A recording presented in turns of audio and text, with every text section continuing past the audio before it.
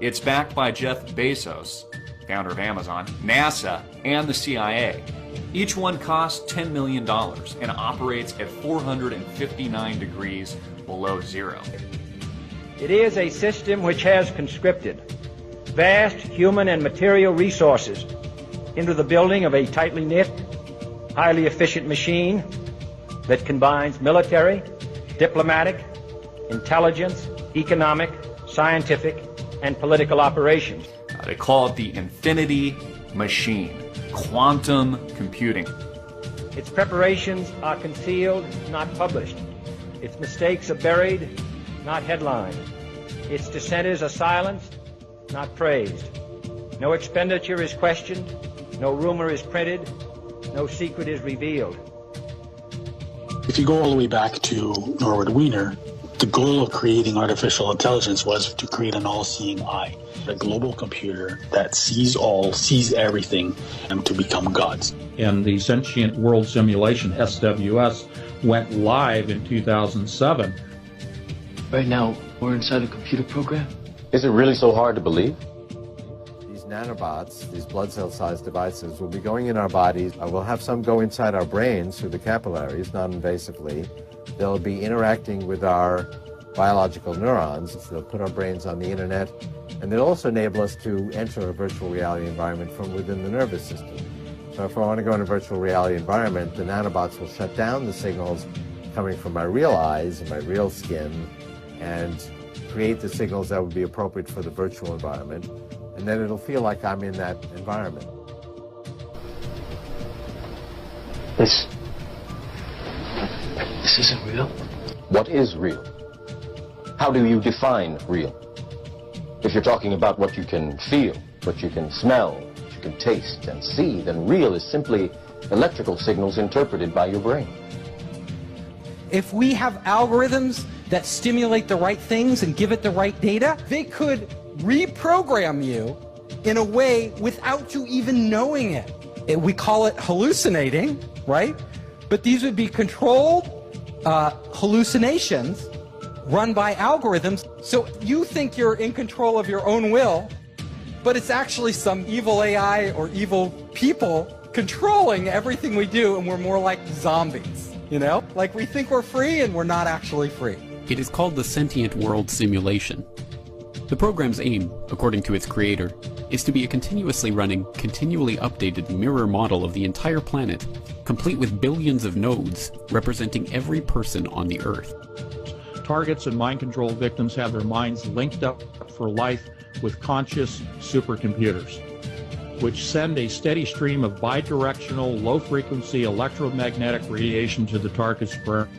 And what people have to realize is that these targeted individuals are basically the test stage for rolling all of this madness out to all 7 billion of us on this planet. And this was a white paper put out by Purdue University in 2006, and the Sentient World Simulation, SWS, went live in 2007, which represents every person on the planet within this computer matrix as a node, and every node is given an avatar, an identifier.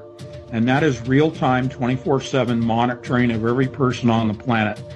This is primarily, but not exclusively, facilitated by the adiabatic quantum computers produced by D-Wave Corporation. He was referring to parallel processors, about servers. What he did not state was that it is actually the quantum computer systems coming out of D-Wave that actually creates and drives this new matrix known as the SWS. It is not transistor-based servers that run this. They are qubits, quantum bits. It is the SWS and D-Wave that comprises this new matrix. Second, we're going to need to scan individual human brains in fine spatial and chemical detail to see exactly what cells are where, connected to what, or what type. We could scan my brain from inside, sending scanners through the bloodstream, billions of them, in the form of nanorobots or nanobots, and capture every detail of my synapses and neurotransmitters and create a virtual Ray Kurzweil and a very powerful computer. Emulation is really what we talk about in the SWS as the nodes, the avatars. Every single person on the planet Okay, out of Purdue University's own paper in 2006, every person is assigned a avatar.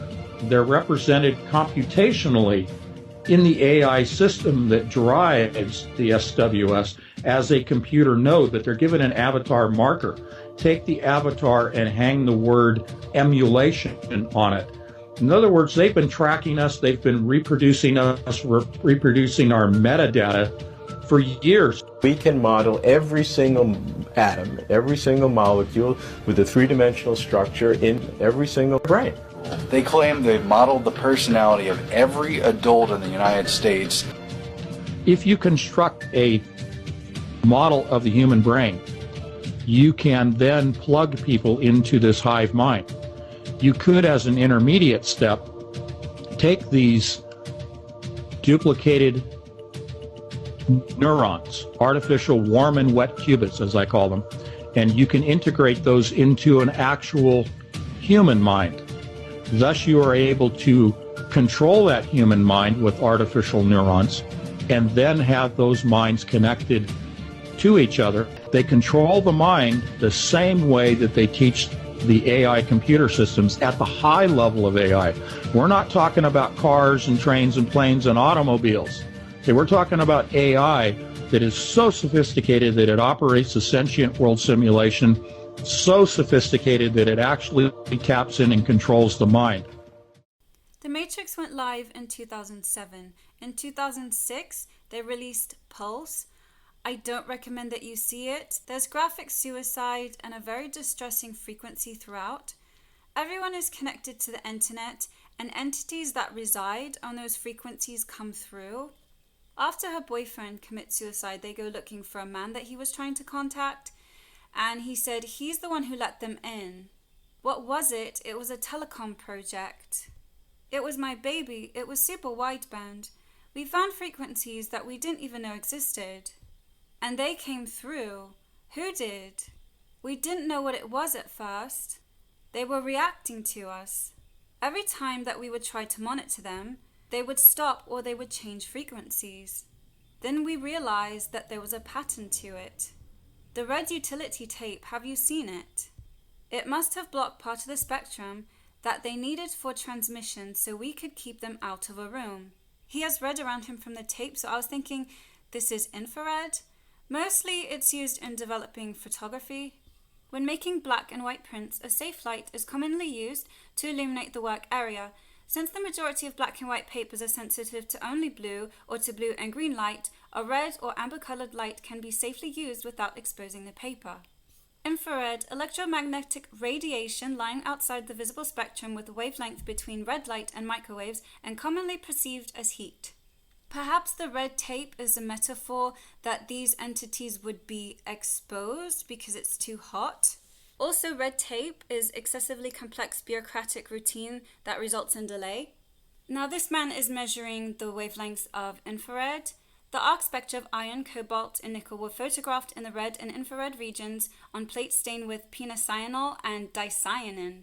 These results demonstrate that an invisible long-wave interval as large as the entire visible spectrum is accessible to photography with dicyanin-stained plates.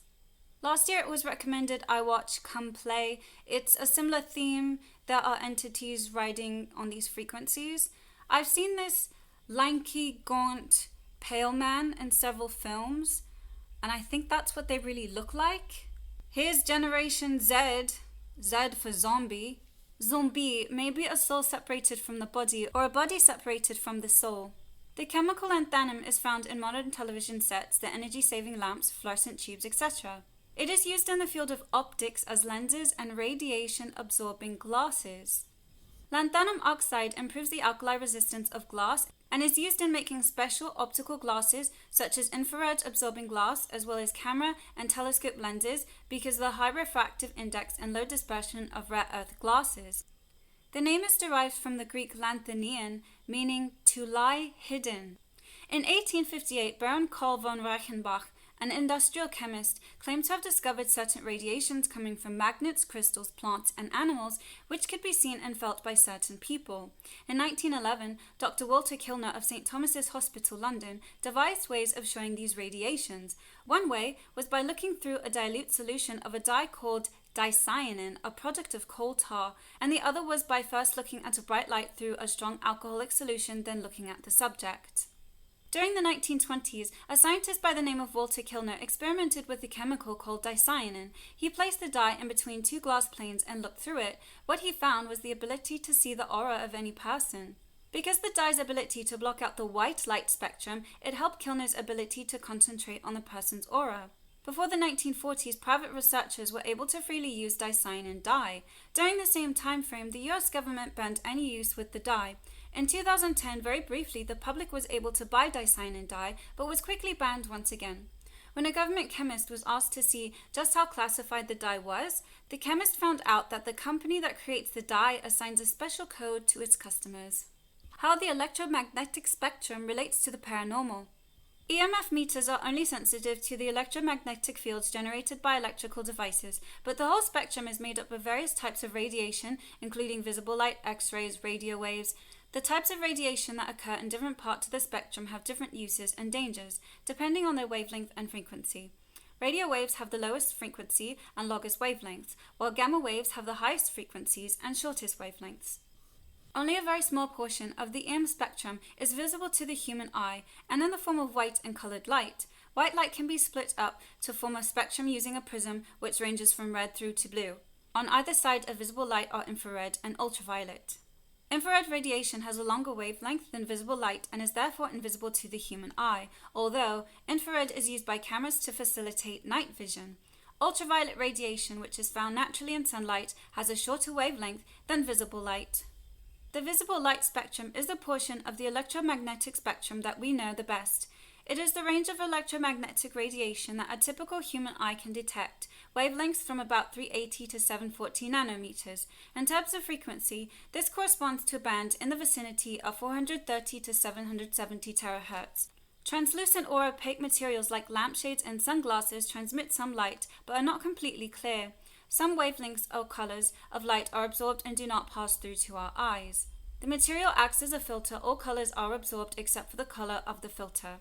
For example, a red filter transmits red light but absorbs all other colors. If white light is shown on a red filter, only the red wavelengths will be observed by the human eye. Visible light is made up of three primary colors: red, green, and blue, each with a different frequency. Light in these colors can be added together to make a secondary colors magenta, cyan, and yellow. All three primary colors added together make white light.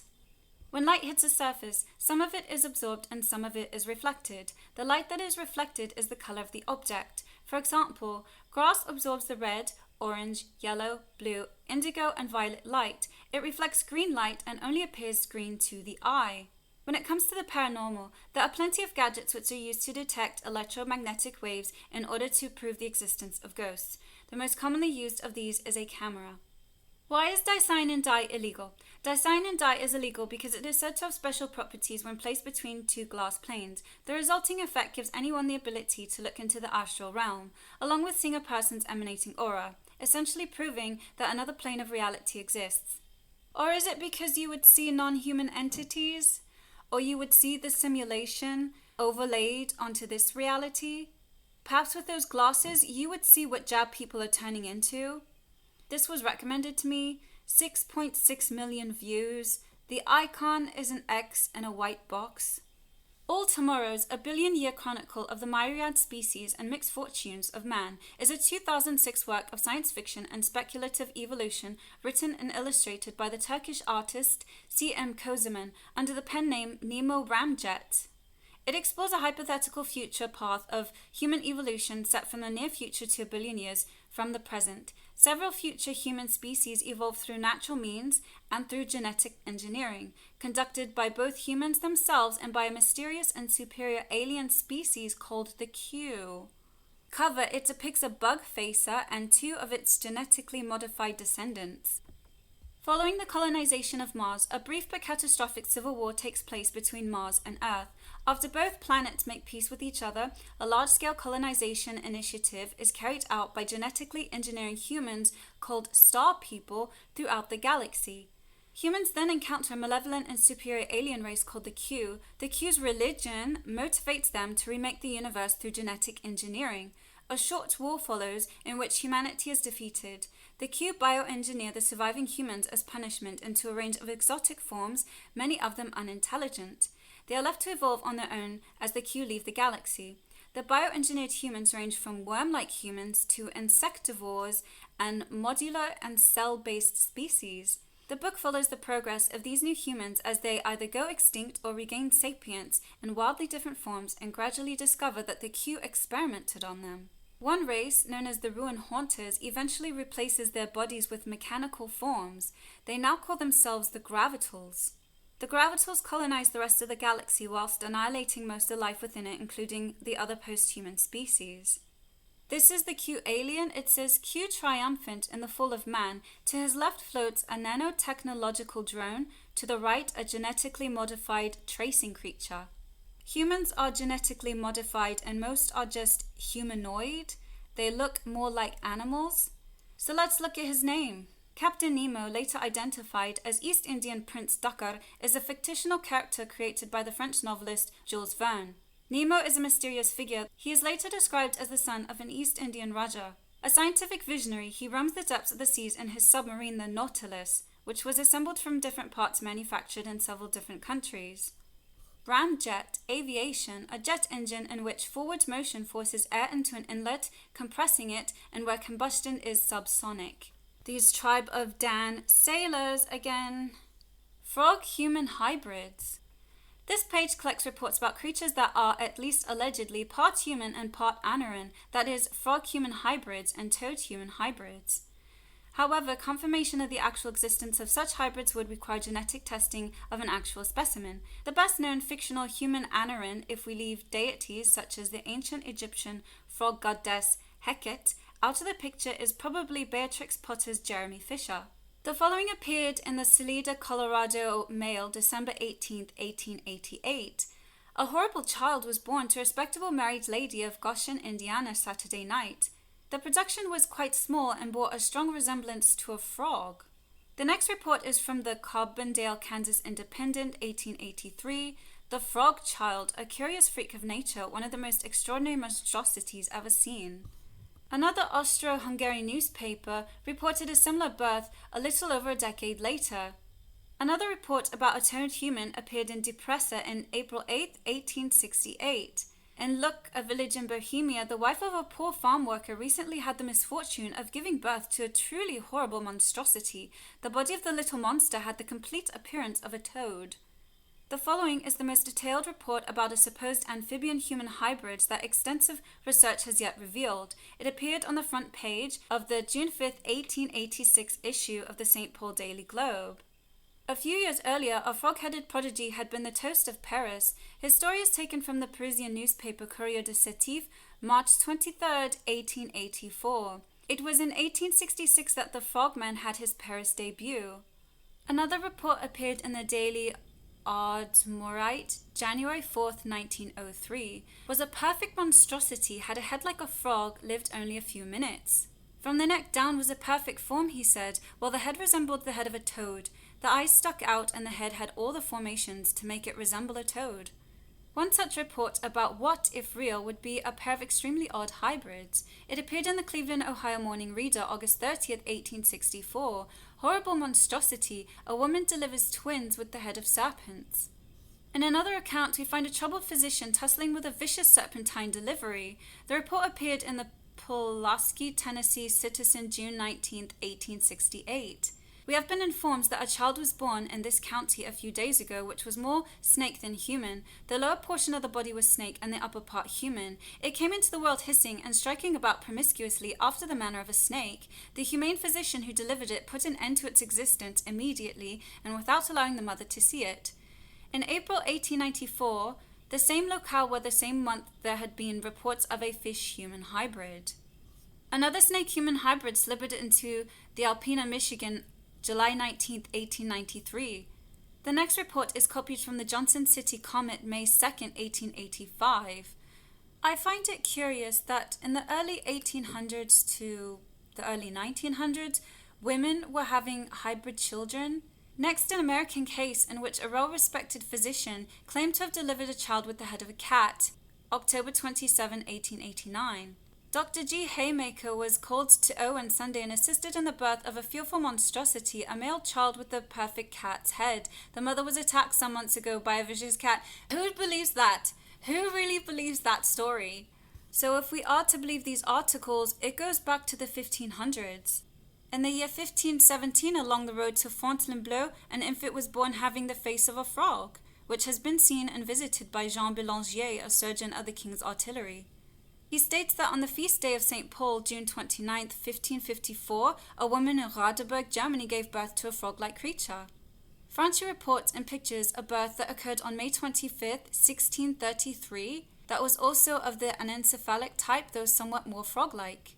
The 16th century German freethinker and humanist Sebastian Frank claims that in the year 1574, a woman at Obenau in Germany gave birth to a toad. The earliest scientist Johann Zahn tells us that in 1393 on the Berg estate in the diocese of the Trier, a peasant woman gave birth to an offspring which had the hind parts of a child but the fore parts of a frog. So that tells me they've done this genetic engineering many times already. I've previously mentioned the blemmies, these medieval humans with no heads. I think this might be gene manipulation. If you've seen Spirited Away, the radish spirit resembles the blemmies. I got a comment recently. What are your thoughts on the metaverse? Meta, Greek, along with, after, between, among. Changed in position or form, altered, transposed. Verse, Latin versus, a turning verse line row.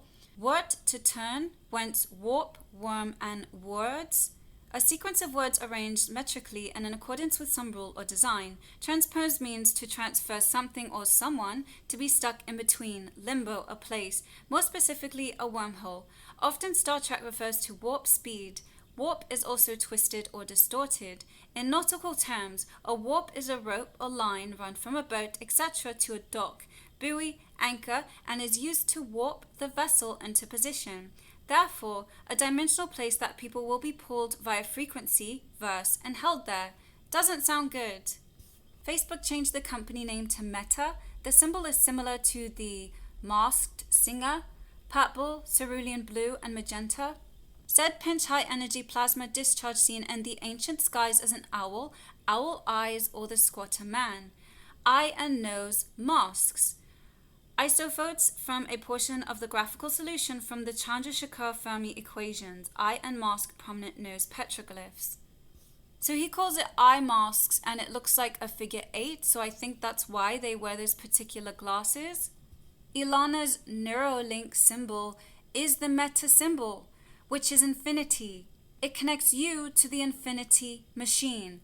That's the metaverse. It's the reason for the jabs, to upload you into the next simulation. Infinity Wars. You see how they tell you? Thanos has the Infinity Stones in his gauntlet. He represents death. In Greek mythology, Thanatos was the personification of death. His name is transliterated in Latin as Thanatos, but his equivalent in Roman mythology is Mors or Letum. The gauntlet is gold. You know what that looks like? The gold breastplate of the Cohen priests. The X's on the stones and the album indicate the X box, Tet, and serpent connection. Euthanasia, good death in Greek, is the act or practice of ending the life of an individual who would otherwise experience severe, incurable suffering or disability. It typically involves lethal injection or the suspension of extraordinary medical treatment. Dr. Kevorkian named his euthanasia device the Thanatron. If you've seen the film Tron, doesn't matter which one, it's both about the simulation virtual reality. Thanos is here to bring death. These people are techno-magicians. The stones represent the frequency that they're using. And what are the stones? Time, reality, space, power, soul, mind. And all of those stones are inside of a hexagram.